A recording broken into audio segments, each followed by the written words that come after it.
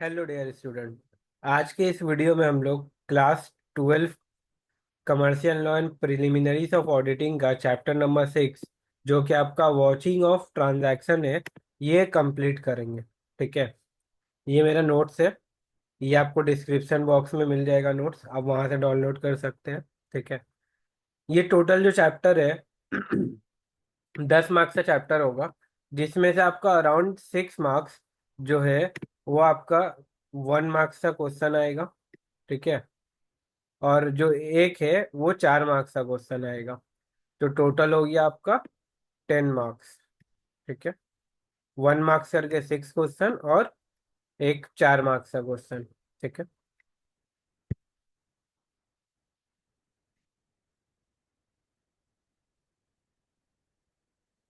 Next देखिए। अब इस चैप्टर में हम लोग पढ़ने क्या बोले, वो वॉचिंग क्या होता है, उसका एडवांटेज क्या है, उसका डिसएडवांटेज क्या है, उसका टाइप्स क्या है। ठीक है। हम लोग ऑडिट क्लास 11 में भी पढ़े होंगे सब आप लोग। ठीक है, कि ऑडिटिंग कैसे होता है, ऑडिट ऑडिट कितने टाइप का होता है, क्या क्या टेक्निक्स है। तो इसमें वो वर्ड हम लोग सुने होंगे, वॉचर। वॉचर मतलब बिल होता है, अगर सिंपल लैंग्वेज में कहूँ मैं तो। ठीक है। तो वॉचिंग मतलब क्या हो गया, बिल को चेक करना। ठीक है। देखिए इसको क्या बोलेंगे।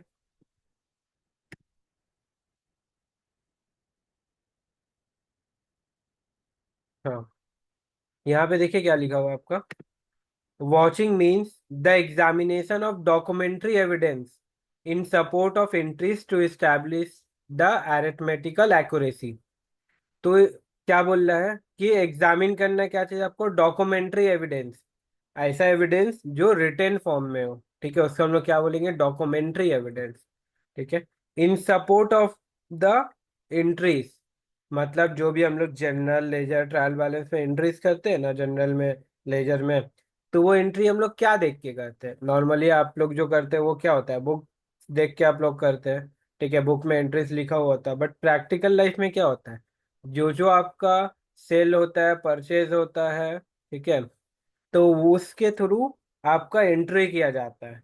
तो वो जो सेल परचेज होगा तो उसका क्या होता है, मेरा सपोर्टिंग डॉक्यूमेंट्स होता है। अगर आप कुछ भी परचेज किए तो आपको क्या मिलता है, बिल मिलता है। अगर आप कुछ भी सेल किए तो आप क्या देते हैं, कस्टमर को बिल देते हैं। ठीक है। तो उसी को हम लोग क्या बोलते हैं, वॉचर। और वही वॉचर को चेक करने को हम लोग क्या बोलते हैं, वॉचिंग। ठीक है।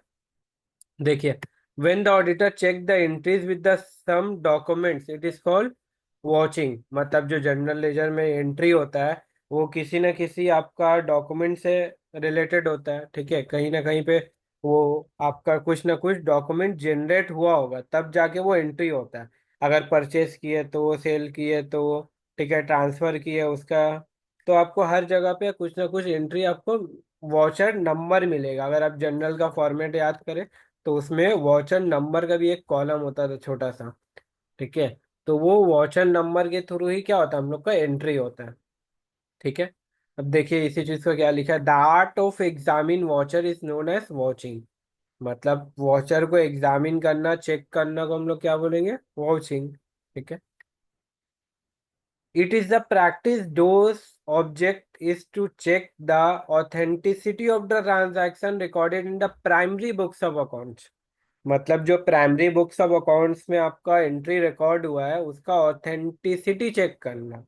प्राइमरी बुक क्या होता है, जो भी आपका जैसे जनरल हो गया वो क्या हो गया, प्राइमरी बुक हुआ। आपका कैश बुक हो गया वो क्या, प्राइमरी बुक हुआ। मतलब जहाँ फर्स्ट टाइम एंट्री रिकॉर्ड होता है। ठीक है, अकाउंट्स में जो फर्स्ट टाइम हम लोग कहाँ करते हैं, जनरल में करते हैं। फर्स्ट टाइम कहाँ करते हैं, कैश बुक में करते हैं, परचेज डे बुक में करते हैं, सेल्स डे बुक में करते हैं। उसमें क्या होता है, फर्स्ट टाइम एंट्री रिकॉर्ड होता है। तो उसी को हम लोग क्या बोलते हैं, प्राइमरी बुक्स ऑफ अकाउंट्स। ठीक है। अब उसी का क्या चेक करना, ऑथेंटिसिटी। मतलब वो ऑथेंटिक है या नहीं है, सही है या नहीं है। अगर मान लीजिए परचेस हुआ है 1 लाख रुपया का, ठीक है, तो वो जो परचेस हुआ वो ऑथेंटिक है या नहीं, ये कैसे पता चलेगा। तो हम लोग इसमें क्या देखेंगे कि जो भी परचेस कर रहा है उसके पास उस परचेस करने का ऑथोरिटी है या नहीं है। ठीक है। मतलब जो बंदा को परचेस करने का राइट मिला है कि हाँ आप दो ये कंपनी के बिहाफ में इतना रुपया तक का परचेस कर सकते हैं, आप जो भी कंपनी परचेस करेगा उसमें आपका साइन होना चाहिए, आप उसको परमिशन देंगे तब ही आपका जाके वो परचेज होगा। तो वो सब चेक करना कि वो ऑथेंटिक है या नहीं। ठीक है। देखिए उसके बाद क्या लिखा, it consist of verifying a transaction recorded in the books of account with the relevant documentary evidence and authority on the basis of which entries has been made. क्या बोल रहा है, ट्रांजैक्शन चेक करना कि सही से रिकॉर्ड हुआ है या नहीं हुआ है। फॉर एग्जांपल मान लीजिए कि हम परचेज किए 1 लाख का, तो ऐसा तो नहीं कि हम दिखा दिया 2 लाख का परचेज या 1 1.5 लाख का परचेज, या एक्चुअल में हम परचेज किया ही नहीं। अगर परचेज किया तो हम जाके फिर क्या चेक करेंगे, अपना स्टॉक चेक करेंगे कि स्टॉक में आया था या नहीं आया था, बीन कार्ड चेक करेंगे कि वहां पे मेरा मटेरियल का एंट्री है या नहीं है। ठीक है। वो अगर सेल नहीं हुआ तो क्लोजिंग स्टॉक सेल चेक करेंगे। तो ऐसे करके हम चेक करेंगे कि सही ये परचेस है या नहीं है, वॉचर सही है या नहीं है। ठीक है। Voucher is also confirm the amount mentioned in the voucher has been properly posted to the appropriate account। क्या बोल रहा है, वाउचर से हम लोग ये भी पता कर सकते हैं कि जो अमाउंट वाउचर में लिखा हुआ वो सही से जनरल लेजर या फिर जो भी बुक्स ऑफ अकाउंट है उसमें सही से गया है या नहीं गया। ऐसा तो नहीं कि आप 5900 की जगह 9500 कर दिए, या कहीं पे एक जीरो मिस हो गया, पॉइंट का कुछ दिक्कत हो गया, मतलब कोई भी अरिथमेटिकल एक्यूरेसी हम लोग चेक करते हैं। इसी को हम लोग क्या बोलते हैं, वाउचिंग। जैसे देख सकते हैं आप इमेज में, ये बंदा पूरा एक एक बिल को चेक कर रहा है, ठीक है, कि सब सही से रिकॉर्ड है या नहीं है। ठीक है।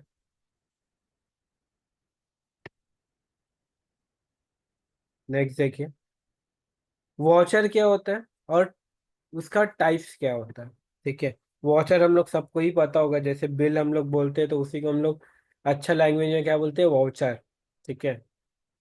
देखिए, any documentary evidence which support the entries of the books of accounts and establish the arithmetical accuracy is known as voucher। क्या बोल रहा है, कोई भी ऐसा डॉक्यूमेंट जिसके बेसिस पे हम लोग बुक्स ऑफ अकाउंट्स पे एंट्री की है। ठीक है। अगर आप परचेज किए होंगे तो परचेज का कुछ बिल होगा, सेल्स किए होंगे तो सेल्स का कुछ बिल होगा, अगर कुछ ट्रांसफर वगैरह किया है तो उसका बिल होगा। ठीक है। बैड डेट वगैरह हो गया तो उसका प्रूफ होगा आपके पास। ठीक है। अगर क्रेडिट में कुछ दिया है तो उसका प्रूफ होगा आपके पास। मतलब जो भी एग्रीमेंट हुआ, वाउचर हुआ, बिल हुआ, कुछ भी। ठीक है। उसको हम लोग क्या बोलेंगे, वाउचर। अब देखिए क्या क्या है, counter folio of the receipt. इसको हम, ये क्या होता है, मतलब आप कहीं पे, जैसे फॉर एग्जांपल मान लीजिए कि हम लोग अगर बैंक में पैसा डिपॉजिट करते हैं तो हम लोग को क्या मिलता है, एक जो भी हम लोग रिसिप्ट से कैश जमा करते हैं बैंक में, उसका एक राइट साइड में छोटा सा पार्ट हम लोग को काट के दे देता है वो लोग, उसमें स्टैम्प मार के। उसी को हम लोग क्या बोलते हैं, counter folio of the receipt. कि आप पैसा जमा किए उसका काउंटर फोलियो। ठीक है। तो अगर ऐसा कुछ प्रूफ है तो उसको भी हम लोग वाउचर बोलेंगे। Purchase invoice, sales invoice. आप कुछ परचेज किया उसका इनवॉइस आया होगा, सेल्स किया उसका इनवॉइस आया होगा। ठीक है। देखिए यहाँ पे इनवॉइस एक हम आपको एग्जांपल के तौर पे दिए। जैसे देख लीजिए, इस तरह का आपका कोई भी इनवॉइस होता है कि कौन खरीदा उसका नाम होगा यहाँ पे, कहाँ पे वो जाएगा कंपनी का यहाँ पे नाम होगा, कौन सा डेट का है, कौन सा इनवॉइस का नंबर है, क्या सामान खरीदा, कितना क्वांटिटी है, क्या प्राइस है, टोटल अमाउंट, टैक्स वगैरह सब लग के, शिपिंग चार्ज टोटल वोटल लग के आपको इस तरह का एक इनवॉइस मिलेगा। ठीक है। कभी भी आप परचेज करेंगे या सेल करेंगे तो। अब देखिए नेक्स्ट है आपका, ये समझ में आ गया होगा आपको कि काउंटर फोलियो क्या होता है, purchase invoice, sales invoice. Next है कैश मेमो। ये आप लोग देखे ही होंगे बहुत जगह पे। जब कैश में कुछ सामान सेल होता है तो इस तरह का कुछ आपका कैश मेमो मिलता है। ठीक है। जिसको नॉर्मली हम लोग बिल के नाम से जानते हैं। ऐसा आप लोग देखे होंगे बहुत जगह पे आपको मिलता है। ठीक है। कंपनी का नाम वगैरह होता है, serial number, date, quantity, rate, description, total amount, ये सब लिखा हुआ होता है। ठीक है। और नीचे में आपका साइन होता है जो बेच रहा है उसका। तो समझ में आ गया। उसके अलावा resolution pass in the board meeting. Board meeting क्या होता है, हम आपको बताया है कि कंपनी में क्या होता है, जब भी डायरेक्टर लोग, कंपनी को अल्टीमेटली चलाता कौन है, कंपनी का डिसीजन कौन लेता है, डायरेक्टर्स लोग लेते हैं, बोर्ड ऑफ डायरेक्टर्स। तो उन लोग का जब मीटिंग होता है तो उन लोग जो भी डिसीजन लेते हैं उसको हम लोग क्या बोलते हैं, रेजोल्यूशन या फिर बोर्ड रेजोल्यूशन। ठीक है।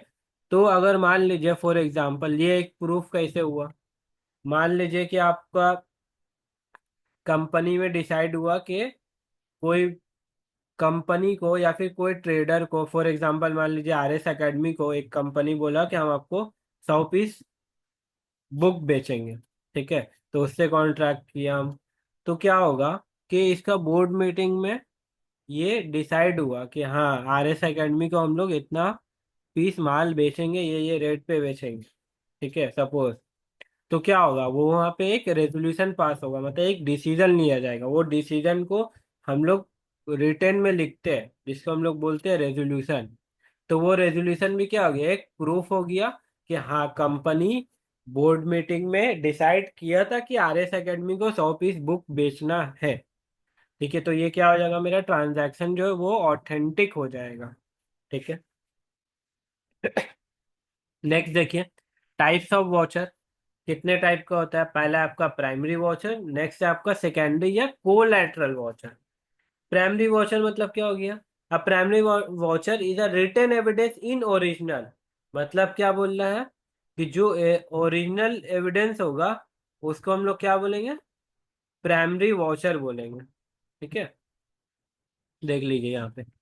अब इसमें क्या है, परचेज इनवॉइस, कैश मोमो, ये सब क्या हो गया, मेरा प्राइमरी वॉचर हो गया। ठीक है, जो ओरिजिनल कॉपी है मेरे पास। नेक्स्ट है आपका secondary voucher. If evidence in original are not available, copies of the evidence are produce in support. क्या बोल रहा? जब आपके पास ओरिजिनल एविडेंस नहीं है, मतलब ओरिजिनल बिल्स वगैरह नहीं है, तो क्या है आपके पास, अगर उसका कॉपीज है, जेरोक्स कॉपीज है, ठीक है, या फोटो कॉपी है, तो उसको हम लोग क्या बोलेंगे? सेकेंडरी वॉचर या कोलैटरल वॉचर। देखिए again, sometimes subsidiary evidence are also provided for audit. Such voucher is known as collateral या सेकेंडरी वॉचर्स। ठीक है, तो क्या बोल रहा है कि जब आपको कोई सब्सिडरी एविडेंस, मतलब ओरिजिनल की जगह कुछ और एविडेंस दे रहा है company, due to any reason, कि हो सकता है कंपनी के पास वो नहीं है, ठीक है, या था, मिल नहीं रहा, अगर कोई भी रीजन से अगर कंपनी कोई जेरोक्स कॉपी या फोटो कॉपी दे रहा है, तो उसको हम लोग क्या बोलेंगे? Secondary vouchers. ठीक है, देख लीजिए यहाँ तक कोई दिक्कत आप लोग को? वॉचर हम लोग पढ़ लिए और उसका टाइप्स पढ़ लिए। ठीक है।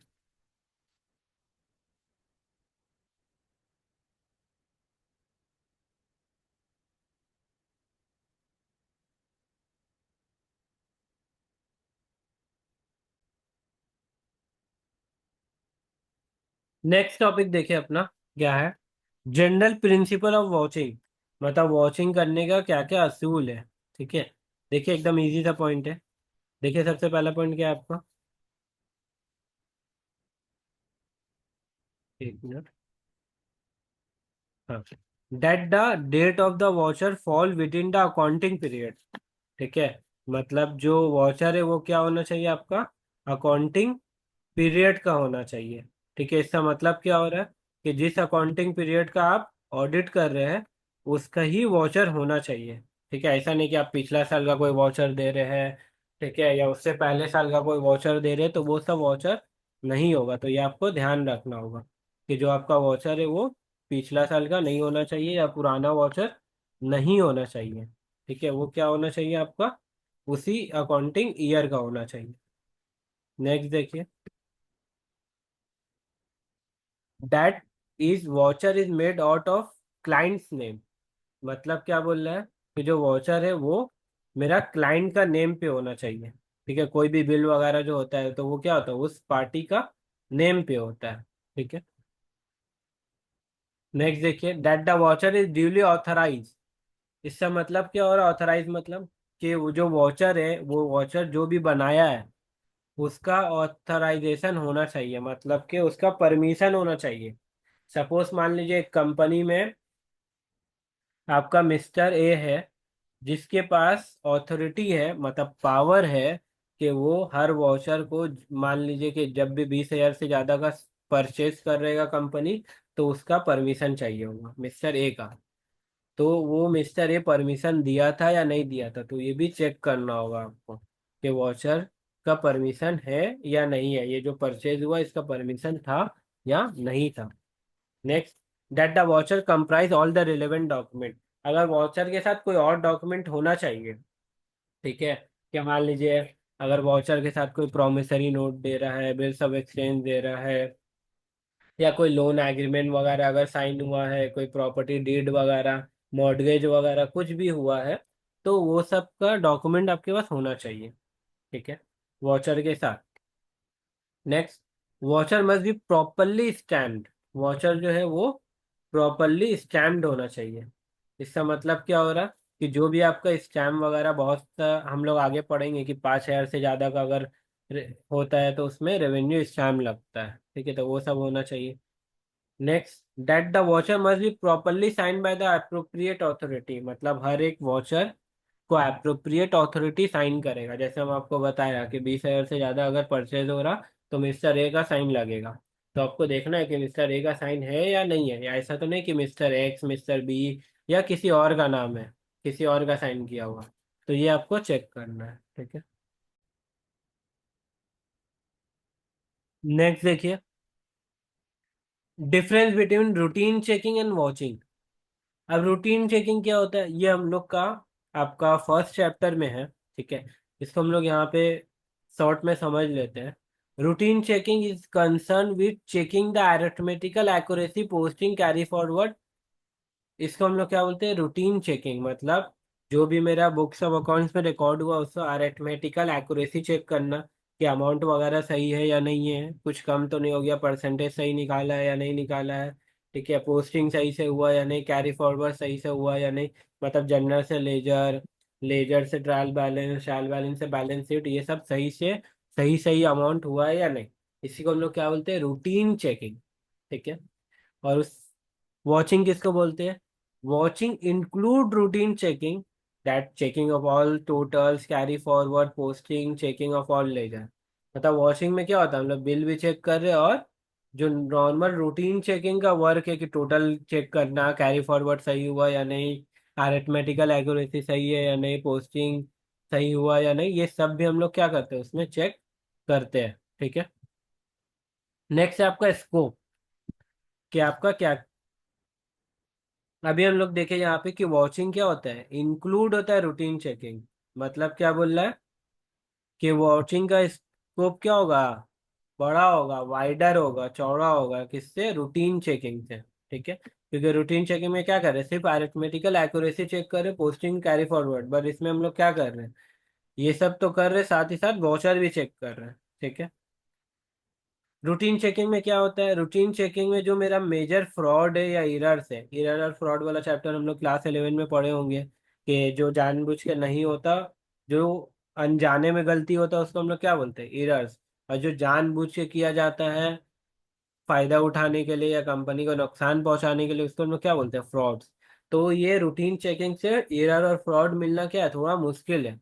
क्यों मुश्किल है, एक नॉर्मल सा चीज सोचिए कि हम लोग नॉर्मली इसमें कर क्या रहे हैं, ठीक है, अरिथमेटिकल एक्यूरेसी चेक कर रहे हैं कि कैरी फॉरवर्ड सही हुआ या नहीं, पोस्टिंग लेजर सब सही हुआ है या नहीं, ठीक है। बट एक्चुअली में जो फ्रॉड है वो कहाँ पे होता है, वॉचर में होता है, ठीक है। कि जाली बिल बनवा लिया, हम परचेस किया ना और परचेस दिखा दिया, ठीक है, सेल्स किया ने और सेल्स दिखा दिया, ठीक है। तो ये सब अगर हो रहा है तो ये सब का आप लेगा, हेलो, हाँ, ये सब कैसे पता चलेगा, ये सब आपका वॉचर से पता चलेगा, ठीक है, मतलब वॉचिंग के थ्रू पता चलेगा। नेक्स्ट,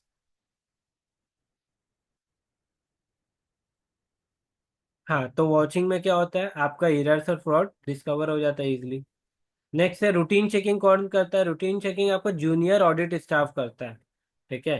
मतलब जो जूनियर इंटर्न वगैरह होता है, वो लोग आपका क्या करता है, रूटीन चेकिंग करता है। बट वॉचिंग क्या करता है, ये सीनियर ऑडिट स्टाफ करता है, जिसको ऑडिट का एक्सपीरियंस ज़्यादा है, वो लोग क्या करता है, आपका ऑडिट करता है, ठीक है।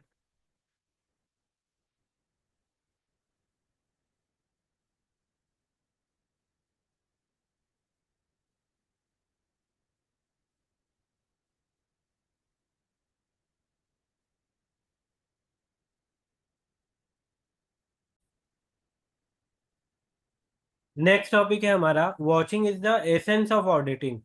क्या बोल रहा है कि वॉचिंग जो है मेरा एसेंस है ऑडिटिंग का। जैसे हम लोग बीएसटीडी में पढ़े थे एक टॉपिक, कि coordination is the essence of management, मतलब मैनेजमेंट के लिए, मैनेजमेंट में कोऑर्डिनेशन बहुत इंपॉर्टेंट है। तो सेम इसी तरह ऑडिटिंग में भी क्या है, मेरा वॉचिंग बहुत इंपॉर्टेंट है।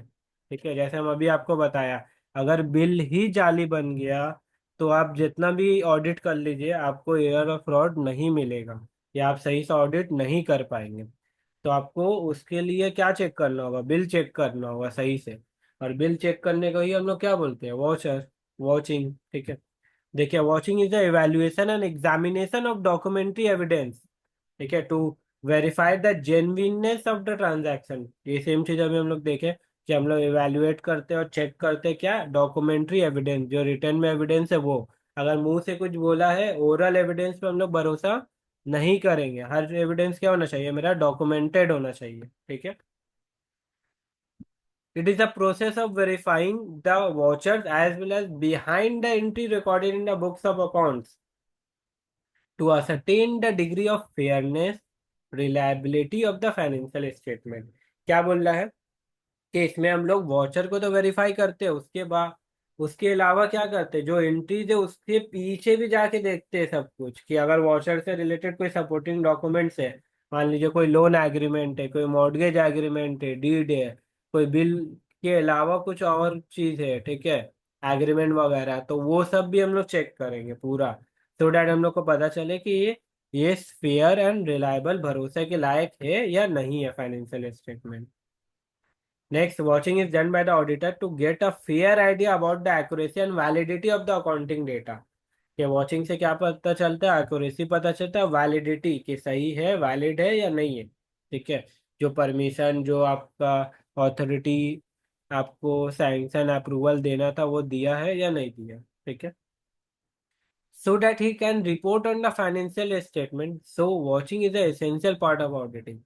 क्या बोल रहा है कि अगर ये सब सही से चेक करेगा तब जाके वो क्या कर पाएगा, रिपोर्ट दे पाएगा। इसलिए हम लोग क्या बोल रहे हैं कि वॉचिंग जो है वो बहुत इंपॉर्टेंट पार्ट है किसका, ऑडिटिंग का। In fact the whole structure of auditing rest upon vouching. ठीक है, मतलब क्या बोला, पूरा का पूरा ऑडिट का जो स्ट्रक्चर है वो बेस किस पे है, वॉचिंग पे। अगर वॉचिंग ही नहीं हुआ सही से तो पूरा का पूरा ऑडिट करने का कोई मतलब नहीं बनेगा।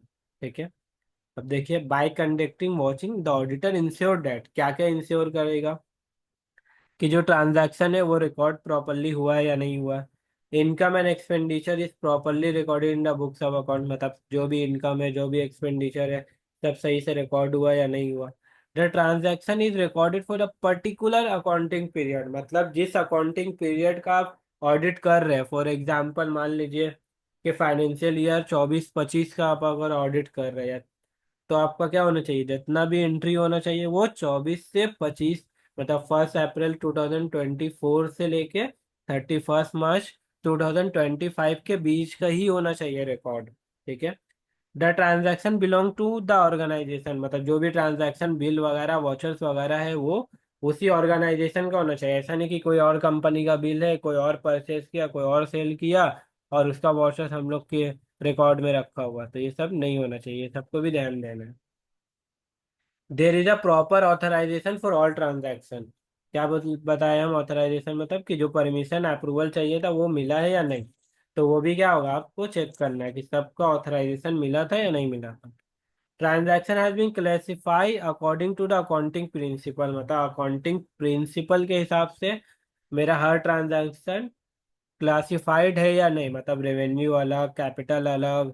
जैसा आप लोग पढ़े होंगे, ठीक है, कि अगर मशीन का इंस्टॉलेशन का फीस देते हैं तो वो क्या होता है, मेरा कैपिटल नेचर का माना जाता है, और मशीन में हम लोग ऐड कर देते थे। ठीक है, तो वैसा सब किया है या नहीं किया है। ठीक है, वो सब चेक करना है। चेक कैसे होगा ये सब, वॉचिंग के थ्रू। देखिए एंड में क्या लिखा, third, watching is the backbone of auditing. Backbone है ऑडिटिंग का, मतलब जो हम लोग का बैकबोन होता है, जैसे हम लोग का पूरा बॉडी को सपोर्ट करता है, सेम इसी तरह ऑडिट भी, ऑडिट को भी कौन सपोर्ट करता है, वॉचिंग सपोर्ट करता है। ठीक है,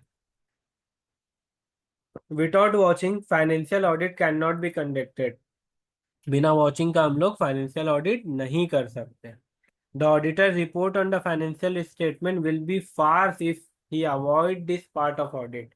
मतलब क्या बोल रहा है कि अगर वो वॉचिंग को इग्नोर कर दिया, ठीक है, नहीं किया, तो जो भी वो रिपोर्ट देगा उसका कोई मतलब नहीं, और वो रिपोर्ट का कोई वैल्यू ज्यादा नहीं रहेगा। ठीक है।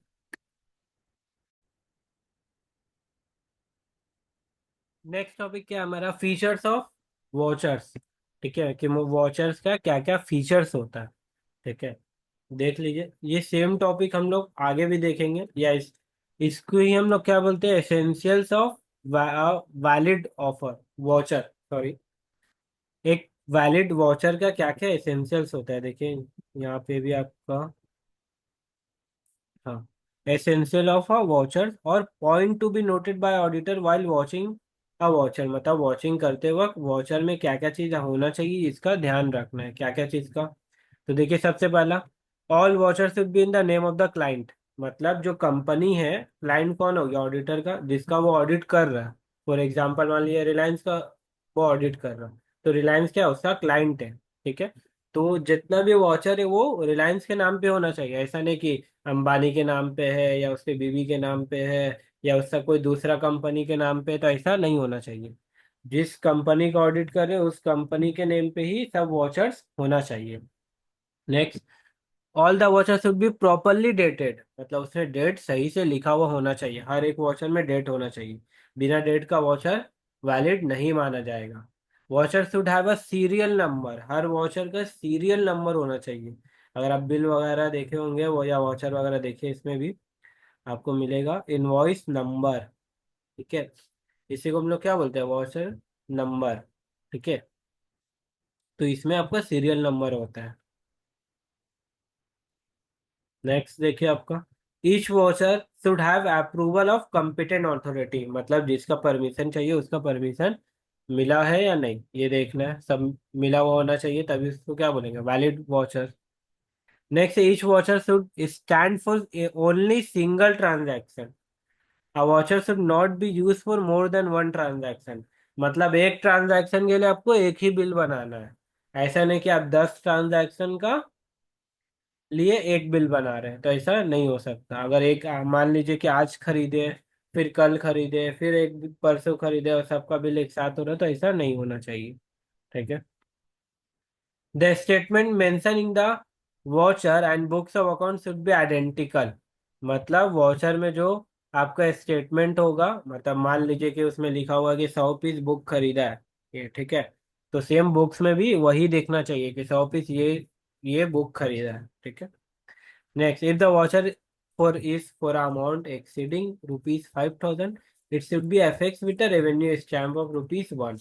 क्या बोल रहा है कि अगर वाउचर आपका 5,000 से ज्यादा का है तो उसमें एक रेवेन्यू स्टैम्प आता है, जनरली पोस्ट ऑफिस में मिलता है, तो वो रेवेन्यू स्टैम्प आपको लगाना होगा उस वाउचर पे। ठीक है, voucher should be accomplish with documentary evidence like challan, purchase bill, sales bill. ठीक है, ये सब जो भी आपका डॉक्यूमेंट्री एविडेंस है इसके साथ होना चाहिए। Each voucher should be cleared। ठीक है, any change in the voucher should be sign by the competent authority. अगर आपका वाउचर में कुछ भी आप काट के करेक्शन कर रहे हैं या चेंजेस कर रहे हैं, तो आपको क्या करना है, वहां पे साइन होना चाहिए। ये जनरली हर एक डॉक्यूमेंट के लिए है कि कोई भी आप लीगल डॉक्यूमेंट में अगर काट के चेंजेस करते हैं, तो वहां पे जो पर्सन चेंज किया है, मतलब जिसके पास राइट है, वो साइन करेगा वहां पे कि हाँ ये चेंज हम ही किया, ऐसा नहीं कि कोई दूसरा बंदा कर दिया चेंज। ठीक है, तो ये सब चीज आपके वाउचर में होना चाहिए। और सेम चीज आपका, अगर क्या बोलते हैं, यहाँ पे भी देख लेते हैं कि कॉन्जिक्यूटिवली नंबर होना चाहिए, सीरियली अरेंज होना चाहिए डेट वाइज। मतलब कि 1 तारीख का इनवॉइस एक जगह पे, फिर 2 तारीख का, फिर 3 का, फिर 4 का, ऐसे क्या होना चाहिए आपका, सीरियली अरेंज होना चाहिए इनवॉइस। उसके अलावा सर्टिफाइड होना चाहिए, जो भी अमाउंट है वो वर्ड में भी लिखा हुआ होना चाहिए। ठीक है, कोई भी अल्टरेशन है तो उसको चेंज साइन होना चाहिए। और अगर कोई एक्सप्लेनेशन है, ठीक है, मतलब अगर कोई आपको रीजन वगैरह लिखना है, कुछ आपको डिटेल लिखना है, ठीक है, तो वो आपका ऑडिट नोटबुक में उसको लिखा हुआ होना चाहिए। ऑडिट नोटबुक क्या होता है, ये हम लोग नेक्स्ट वाला जो चैप्टर आएगा आपका, चैप्टर 5, जो ऑडिट का फर्स्ट चैप्टर है, उसमें पढ़ेंगे। अभी के लिए एक चीज ध्यान में रखिए कि ऑडिट करते वक्त एक नोटबुक ऑडिटर अपने पास रखता है, उसी को हम लोग क्या बोलते हैं, ऑडिट नोटबुक। ठीक है। एक और है आपका कि as far as possible the auditor should complete the vouching work relating to a particular period in continuous sitting. क्या बोल रहा है कि एक बार बैठ के आपको पूरा का पूरा जितना पॉसिबल है उतना ज्यादा से ज्यादा वॉचर एक बार में ही चेक कर लेना, सो डैट आपको गलती वलती का चांस क्या हो, बहुत कम हो जाए।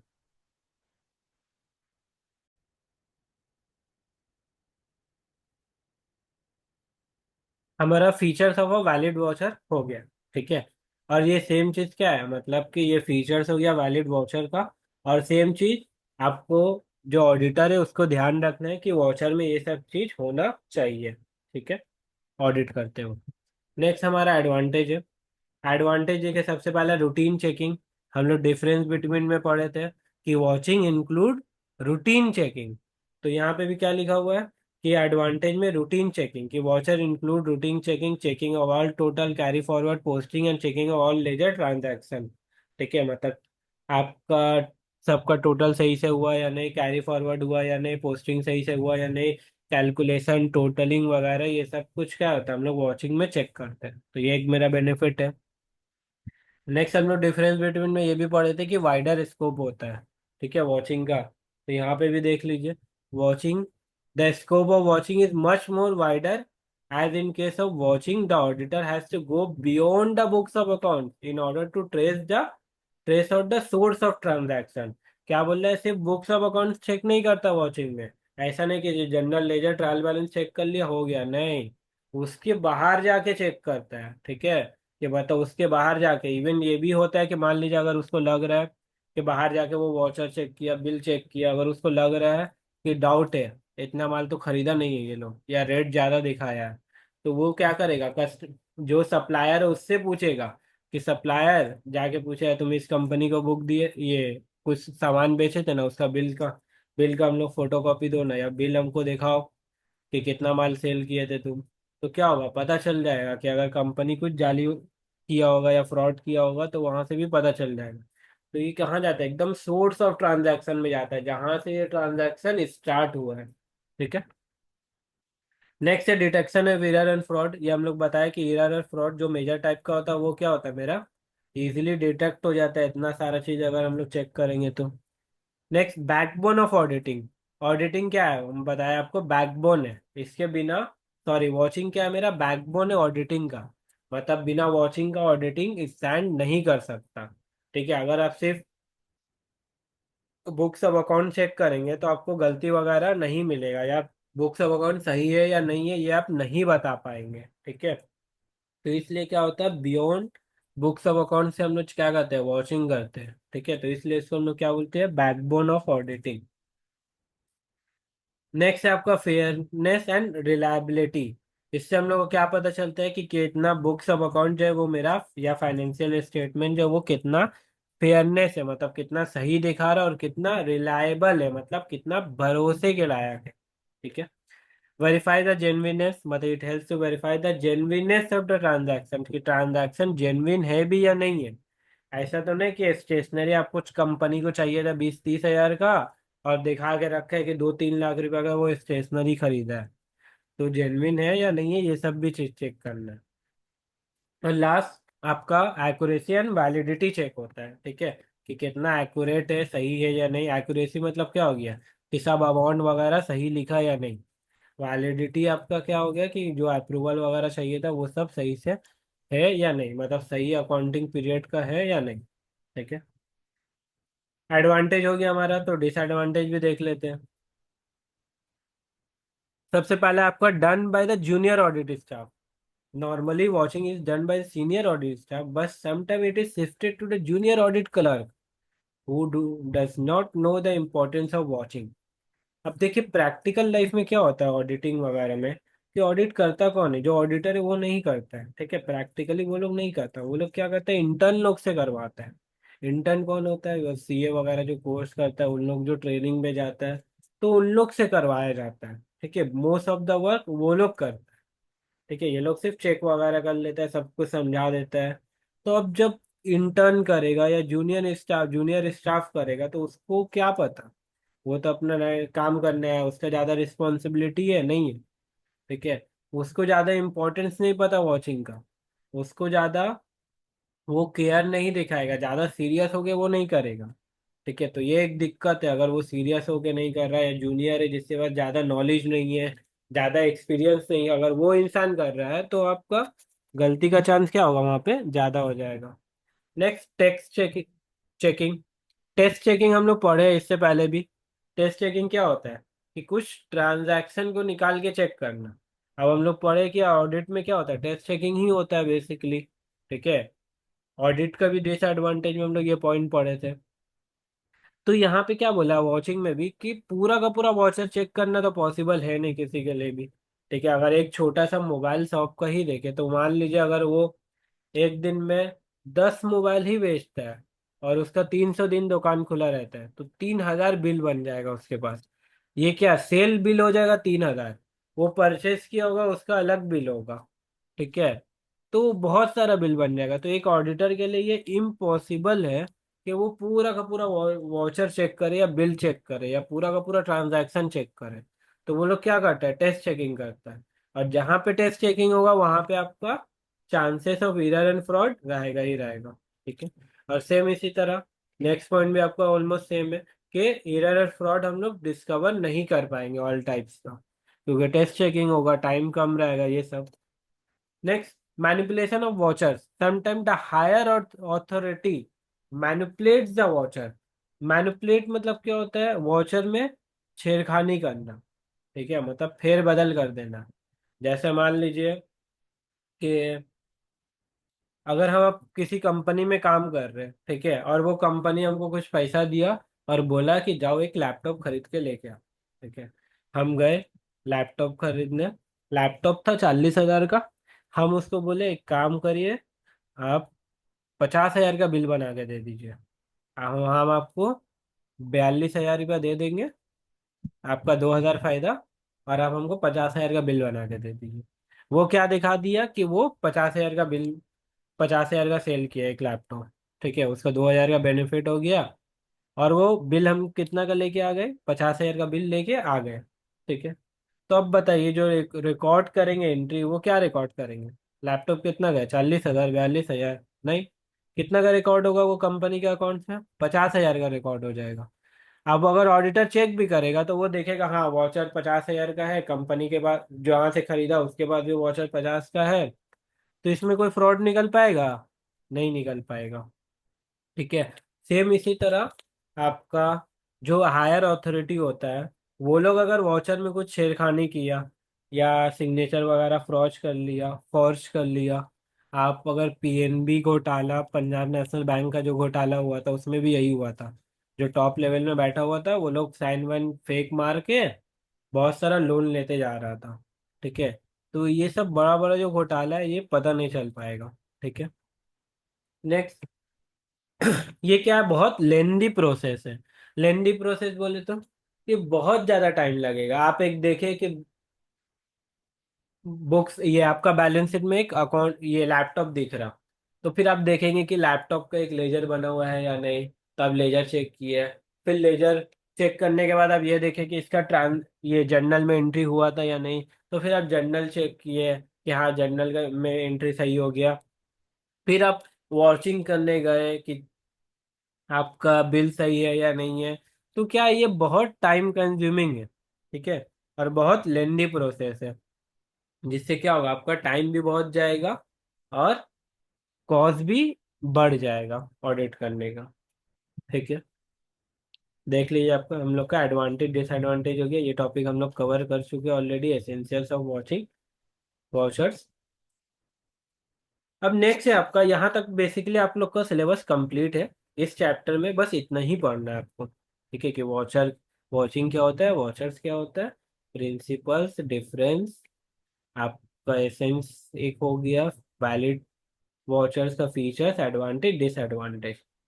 ठीक है, अब ये थोड़ा सा एक्स्ट्रा दिया हुआ है प्रैक्टिकल नॉलेज के लिए कि अगर आप ट्रैवलिंग एक्सपेंस है, ठीक है, मतलब कंपनी का ट्रैवलिंग एक्सपेंस है, कंपनी का डायरेक्टर लोग गया था कहीं मुंबई, मान लीजिए दुबई में मीटिंग वगैरह करने, तो उसका एक्सपेंस वगैरह का पूरा बिल बना, खर्चा बना, तो वो सब एक्सपेंस आप चेक कैसे करोगे? देखिए लिखा हुआ है, how do you wash the following item.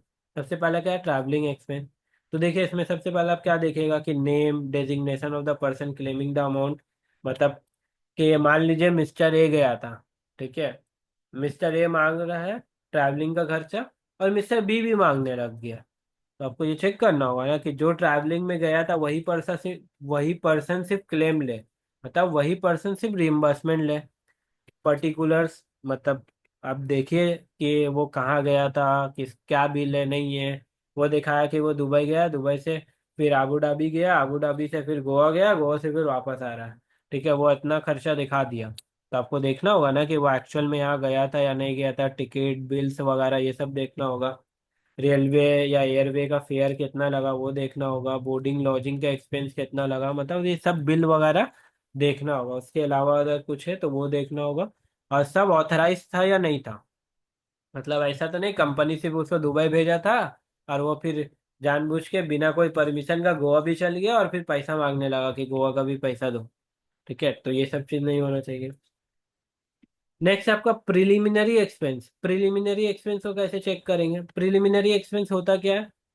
आपका वो एक्सपेंस जो कंपनी बनाने से पहले खर्चा हुआ। देखिए, the expense relating to creation and floating of a company, मतलब कंपनी को क्रिएट करने में क्या क्या खर्चा लग सकता है? रिसर्च करने में, प्रोस्पेक्टस इशू करने में, रजिस्ट्रेशन का फीस लग सकता है, लीगल फीस लग सकता है, अकाउंटेंट को फीस देना पड़ सकता है। तो ये सब क्या मेरा प्रिलिमिनरी एक्सपेंस है, मतलब कंपनी बनने से पहले ये सब खर्चा लगा है। ठीक है, तो ये आपको देखना होगा कि ये कैपिटल नेचर का है या नहीं है। ठीक है, फिर ये एक्चुअली में इनकर्ड फॉर्मेशन कंपनी बनाने के लिए हुआ भी है या नहीं हुआ है। ठीक है, और ये कॉम्पिटेंट अथॉरिटी सैंक्शन किया या नहीं किया। मतलब होता क्या है, जब कंपनी बन जाता है तो बोर्ड ऑफ डायरेक्टर ये सब खर्चा को सैंक्शन करता है कि हाँ मान लो बना कंपनी बनाने में 50,000 लगा, तो हम सैंक्शन करें कि हाँ ये सही लगा है, कंपनी से तुम पैसा ले लेना। नॉर्मली क्या होता है, डायरेक्टर लोग पहले पैसा देता है, फिर कंपनी उसको वापस कर देता है वो पैसा। ठीक है, या प्रमोटर लोग जो बनाता है। जो भी एक्सपेंस है वो सैंक्शन लिमिट के अंदर हुआ या नहीं हुआ है। जैसे कंपनी बोला था कि 50,000 के अंदर हो जाना चाहिए, तो आपको चेक करना है कि 50,000 के अंदर ही हुआ है ना। ऐसा तो नहीं कि 1 लाख 2 लाख रुपए लग गया। ठीक है, अंडर राइटिंग कमीशन या ब्रोकरेज, ये बेसिकली होता क्या है, शेयर सेल करने के लिए जो हम लोग कमीशन देते हैं उसको अंडर राइटिंग कमीशन बोलते हैं। ठीक है, या ब्रोकरेज। अगर शेयर या डिवेंचर के लिए दिया है तो not included under the head of preliminary expense. क्या बोल रहा है कि ये प्रिलिमिनरी एक्सपेंस पे नहीं आना चाहिए। तो आपको चेक करना है, ऐसा तो नहीं कि ये प्रिलिमिनरी एक्सपेंस में डाल दिया ये लोग। ठीक है, द ऑडिटर से inquiry into the rightness of the amount of the expense, मतलब जो भी अमाउंट आपका लगा है, जो भी एक्सपेंस लगा वो राइट है या नहीं है, ये चेक करना होगा आपको। क्रेडिट परचेज में क्या चेक करना होगा आपको? परचेज डे बुक चेक करना होगा। ठीक है, उसका इनवॉइस चेक करना होगा, सपोर्टिंग डॉक्यूमेंट चेक करना होगा। ठीक है, ऐसा तो नहीं कोई ट्रांजैक्शन आपका रिकॉर्ड ही नहीं हुआ है या डबल रिकॉर्ड हो गया।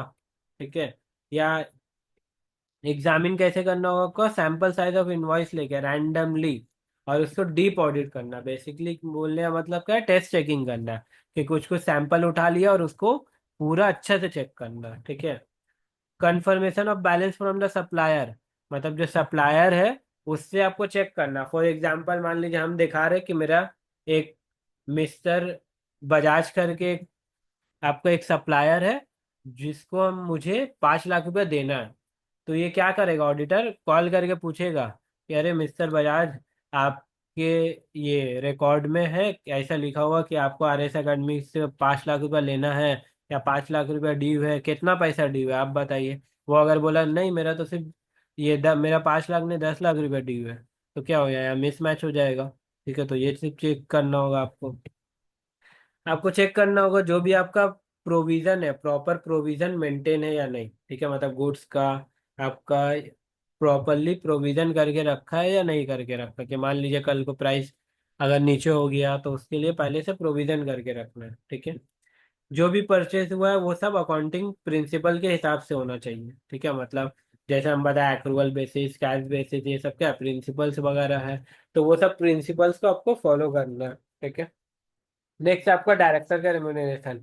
जो डायरेक्टर को हम लोग सैलरी या सैलरी वगैरह देते हैं या रेम्यूनरेशन देते हैं, तो वो चेक करना है कि total executive non executive director कितना है। बेसिकली एग्जीक्यूटिव मतलब होता है जो होल टाइम होता है, मतलब पूरा दिन वो ऑफिस में आ रहा है। और नॉन एग्जीक्यूटिव मतलब कि पूरा दिन नहीं, बस जब जब मीटिंग है या जब जरूरत है तब आ रहा है। ठीक है, उसका टर्म्स एंड कंडीशन देखना है, कॉन्ट्रैक्ट वगैरह देखना है। ठीक है, जो रेम्यूनरेशन है उसका प्रॉफिट एंड लॉस के हिसाब से अगर दे रहा है तो उसको चेक करना है। अगर कोई एडिशनल फीस दे रहा है तो वो चेक करना है। ठीक है, एप्रोप्रिएट अथॉरिटी से सैंक्शन है या नहीं है। ठीक है, ये चेक करना है। मतलब कि कम शेयर होल्डर वगैरह उससे अप्रूव किया या नहीं किया है। और क्या होता है कि कंपनीज एक्ट में आपको 2013 में लिखा हुआ है कि आप डायरेक्टर को कितना रेम्युनरेशन दे सकते हैं। ठीक है, कि वहां पे कुछ लिमिट है कि 1% ऑफ प्रॉफिट, 5% ऑफ प्रॉफिट आपका, और कितना 3% ऑफ प्रॉफिट, तो ऐसे अलग अलग लिमिट है। तो उसके अंदर ही आपको देना है नेट प्रॉफिट का। तो वो भी चेक करना है, ऐसा तो नहीं कि नेट प्रॉफिट से ज़्यादा दे रहा है।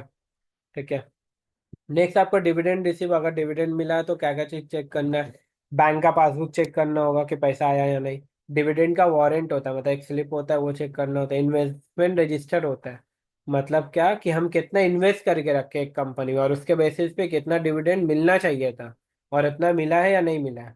ठीक है, ये चेक करना होगा। तो देखिए यहाँ पे आप डिविडेंड वारंट चेक करना होगा। मतलब नेक्स्ट क्या बोल रहा है, see that no credit has been taken for the dividend yet to be declare. मतलब डिविडेंड डिक्लेयर करने के लिए कोई बेनिफिट नहीं लिया होना चाहिए। ठीक है, उसमें प्रॉपर टीडीएस कटा है या नहीं कटा है, सही कटा है या नहीं, एक्चुअल में रिसिप्ट हुआ या नहीं, ये पासबुक से चेक करेंगे हम लोग। ठीक है, फिर एनुअल रिपोर्ट में ये हम लोग दिखाएंगे कि ये कितना कितना शेयर्स हम लोग के पास है। अगर हम पेमेंट कर रहे हैं, डिविडेंड दे रहे हैं, डिविडेंड बेसिकली होता क्या है कि प्रॉफिट का एक पार्ट होता है। तो अगर कंपनी किसी को डिविडेंड दे रहा, तो क्या चेक करेगा, पासबुक चेक करेंगे कि बैंक से पैसा निकला है या नहीं निकला, डिविडेंड वारंट सही से इशू किया है या नहीं किया है, बैलेंस शीट में हम सही दिखाया है या नहीं दिखाया, ये सब चीज चेक होगा। देख लीजिए यहाँ पे dividend warrant, gross amount, net net amount, TDS deduct करने के बाद कितना हुआ, ये सही हुआ या नहीं, पेमेंट पासबुक से चेक करेंगे और एनुअल रिपोर्ट वगैरह देखेंगे। ठीक है, तो ये था आपका चैप्टर वॉचिंग। ठीक है, 10 मार्क्स का चैप्टर है जो कि आपका पूरा एक वीडियो में कंप्लीट हो गया। ठीक है, तो इसको आपको अच्छे से कर लेना है। इसमें 6 आपका 1 मार्क्स का क्वेश्चन आएगा, वो एमसीक्यू भी हो सकता है या एसीक्यू भी हो सकता है। तो 1 मार्क्स का क्वेश्चन के लिए आपको क्या करना है, ये बुक रिफर करना है मेरा। ठीक है, आप लोग के पास होगा, नहीं होगा तो मिल जाएगा, एलेक्जर नाम का जो मेरा बुक है। ठीक है, उसमें देख लीजिए, यहाँ पे आपका हर एक चैप्टर का एमसीक्यू दिया हुआ है। ठीक है, यहाँ वॉचिंग का एमसीक्यू 44 में है। ठीक है, देख लीजिए यहाँ पे आपका, यहाँ पे वॉचिंग का पूरा एमसीक्यू है, तो इसको आपको सॉल्व करना है। ठीक है, अच्छे से। अगर कोई डाउट होगा तो आप कमेंट बॉक्स में लिख सकते हैं, या फिर हम लोग क्लास में इसको डिस्कस कर लेंगे, यहाँ पे आंसर भी दिया हुआ है इसमें। ठीक है, आई होप आप लोग को समझ में आया हो क्लास। अगर कोई दिक्कत है तो कमेंट बॉक्स में आप लोग पूछ सकते हैं या पर्सनली मुझे मैसेज कर सकते हैं, मेरा नंबर यहाँ पे दिया हुआ है। ठीक है, थैंक यू सो मच।